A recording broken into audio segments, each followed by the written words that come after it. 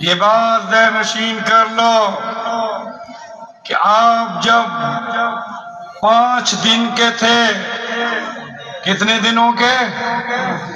5 دن کے تھے، تو حضرت حلیمہ سعدیہ نے آپ کو اپنی گود میں لیا، اور پھر بنو سعد جو طائف سے آگے مکہ سے 160 کلومیٹر پر ہے، وہاں پر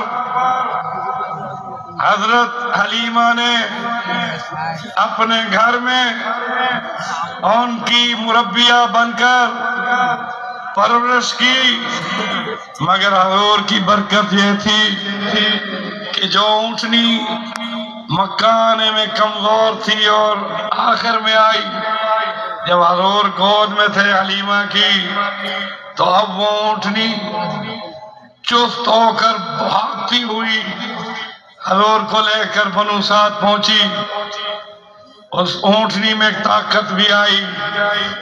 پھر بنو سعد کی بکریاں ان دنوں میں قحط کی وجہ سے بارش نہیں تھی، تو ان کے تھنوں میں دودھ خشک ہو گیا تھا، مگر حضور صلی اللہ علیہ وسلم جس گھر میں، حلیمہ کے گھر میں چھوٹے سے ننھے منھے 1 ہفتے کے بچے، اس کی برکت سے حلیمہ کی بکریوں میں اتنا دودھ آیا کہ پورا بنو سعد کو دودھ مفت میں تقسیم کیا جاتا تھا۔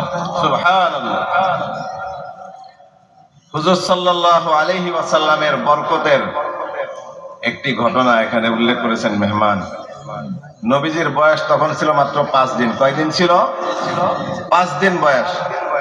তো আরব দেশে আবার একটা প্রথা ছিল, ওখানে কোনো বাচ্চা দুনিয়াতে আসলে তাকে তার লালন পালনের জন্য, তার দুধ পান করার জন্য দুধ মার কাছে দেওয়া হতো। দুধ মায়েরা এসে নিয়ে যেত, দুধ পান করায় লালন পালন করে তাকে বড় করা হতো। তো নবী করিম সাল্লাল্লাহু আলাইহি ওয়াসাল্লামের দুধ মায়ের নাম কি ছিল? হযরতে হালিমাতুস সাদিয়া রাদিয়াল্লাহু তাআলা আনহা। তো হযরতে হালিমা সাদিয়া তায়েফের বনু সাদ গোত্র একজন মহিলা। তো তায়েফ এরা মক্কা থেকে প্রায় 160 কিলোমিটার দূরত্বে। তো নবী করিম সাল্লাল্লাহু আলাইহি ওয়াসাল্লামকে নেওয়ার জন্য যখন হালিমা সাদিয়া রাদিয়াল্লাহু তাআলা আনহা আসলেন, আসার সময় যেই বাহনে করে, যেই উটের পিঠে করে আসলো, সেই উট এত দুর্বল ছিল যে সমস্ত কাফেলার সব আগে চলে আসছে, উনি সবচেয়ে পিছনে রয়েছে। কিন্তু নবী করিম সাল্লাল্লাহু আলাইহি ওয়াসাল্লামকে কোলে নেওয়ার পরে আবার যখন সাদ গোত্রের দিকে তার নিজের এলাকায় রওনা হয়েছে, তখন উটের মধ্যে এত শক্তি আসছে যে ওই উট সবচাইতে আগে চলে গেছে। সুবহানাল্লাহ, সুবহানাল্লাহ বলি।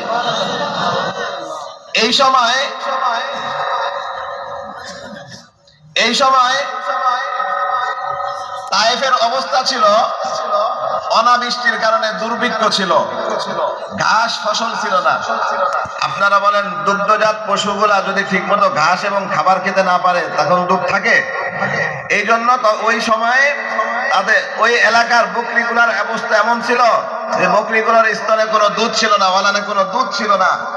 হুজুরে পাক সাল্লাল্লাহু আলাইহি ওয়াসাল্লামকে নিয়ে যখন সাদ গোত্রে পৌঁছা হলো, নবীজির বরকত এমন অবস্থা হয়ে গেল যে ওই বকরির স্তনে, বকরির ওয়ালানের মধ্যে এমন দুধ, এত পরিমাণ দুধ এসেছে যে ওই দুধ গোটা সাদ গোত্রের মধ্যে বন্টন করা হয়েছে। তারপরও সকলের তৃপ্তি সুন্দরভাবে চাহিদা মিটে গেছে।